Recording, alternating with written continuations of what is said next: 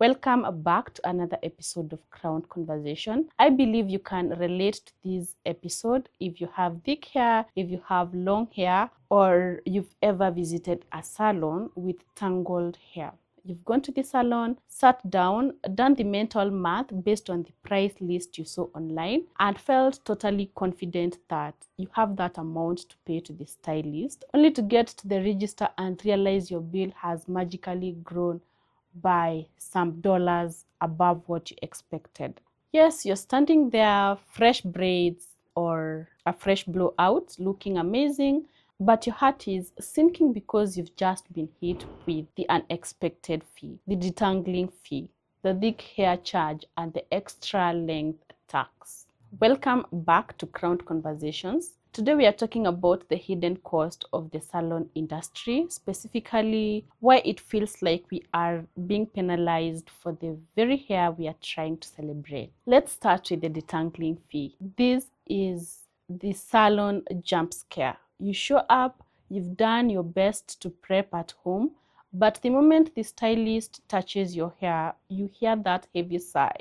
You know the saying, oh, your hair is really thick, or when was the last time you combed this hair? You know that comment?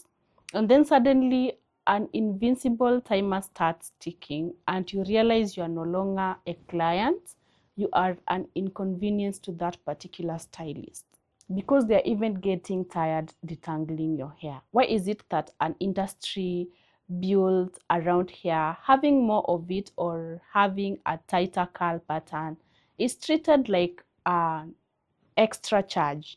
Imagine going to a restaurant, ordering a steak, and being charged an extra chewing fee because the steak was hearty. It sounds ridiculous, right? But in the hair world, we've normalized the idea that if your hair requires a little more patience, you should have to pay a patience tax. I want to be fair here. I'm not saying a stylist's time is not valuable. We know that detangling matte hair takes physical labor and extra product. But the problem is that the thing that really gets under my skin is the lack of transparency. If it's not on the menu, why is it on my receipt? When these fees are hidden, it creates the weird defensive energy between the stylist and the client. You are sitting there wondering if every note they hit is adding $5 to your total cost. It turns what should be a self-care experience into a high-stake negotiation. And for my girls with thick, coily, beautiful type 4 hair, this hits differently. It starts to feel like a texture tax. It sends a subtle message that your hair is too much work and that it is a narrative we have to stop accepting. Think about the psychology of the thick hair fee. We spent our whole lives being told to love our volume, to embrace the big hair, don't care energy, but the moment we step into a professional space, that volume is treated like a liability. It's extra product, extra time, extra effort. If a salon isn't equipped to handle thick hair as a standard part of their service, are they actually a specialist or are they just a surface level stylist? This is where the Misty Braider energy we talked about before in the other video comes back into play. A lot of these hidden fees come from stylists who are focused on the output, the fast Instagrammable result, rather than the process of hair care. A true hair care specialist understands that detangling isn't an extra step, it is the most important step. It's where you assess the health of the hair, it's where you ensure there is no breakage. Now, when you charge extra for it, you are basically telling the client that the health of the hair is an optional luxury. So how do we navigate this issue without generally losing our minds or our bank accounts? First of all, we need to have the awkward conversations before we even sit in that salon chair. When you book, don't just ask how much for braids. Ask what is your policy on high density hair, or do you have a detangling fee? And if so, if you have a detangling fee, how is it calculated? If they can't give you a straight answer, that is a red flag, my friend. waving right in your face. I believe a professional business should have clear, tiered pricing. If they charge by the hour for detangling, they should tell you that upfront, so you can decide if you want to prep more at home or if you need to pay for the service. Now let's talk about that prep for a second. There is this unspoken rule that we have to show up with our hair salon ready, just to avoid being judged or being overcharged. We are out here detangling for 2 hours before we go to the person we are paying to handle our hair. We have to break that cycle. You shouldn't have to do 80% of the job yourself to feel worthy of the price on the menu. That is why I said we have more braiders than we have people who can take care of our hair. I understand that most of us, especially me, I prefer detangling my hair at home because I'm not quite sure whether the person I'm going to meet at the salon is going to treat my hair the way I want it to be treated.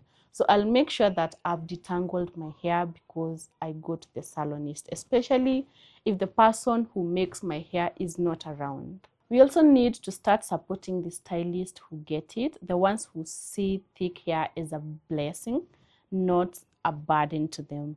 There are stylists out there who don't have thick hair fees because they have built their business model around the reality of our community's hair. They know that type 4 hair takes more time, so they build that time into their standard booking slots.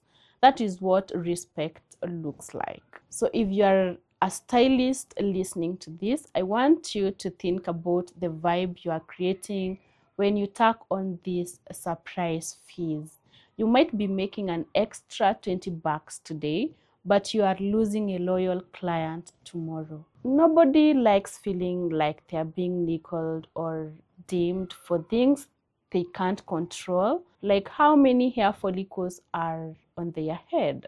You can't control having thick hair because those are your genes.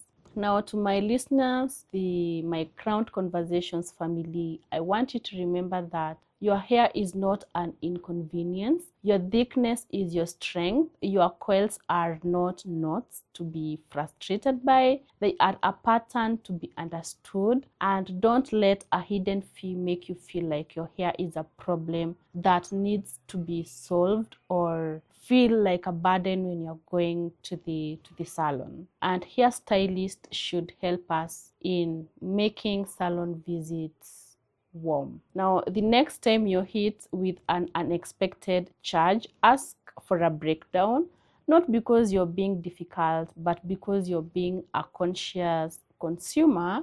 If you don't challenge the texture tax, it's never going to go away. Yes, I want to hear your salon horror stories or the good stories of your stylists. What's the wildest hidden fee you've ever seen on a receipt? Was it a Sunday extra charge? Was it a Sunday extra charge, a long hair tax, or that dreaded detangling fee after you already spent all morning combing it out? Drop it in the comment section down below. Let us expose these hidden costs so we can get back to what really matters: healthy, happy, beautiful hair. You should never apologize to anyone for having, too much hair. Thank you so much for listening to today's episode. Protect your hair, protect your edges, understand your hair so that you can be able to take care of it in a good way. Watch this video right here. I'll see you in my next one.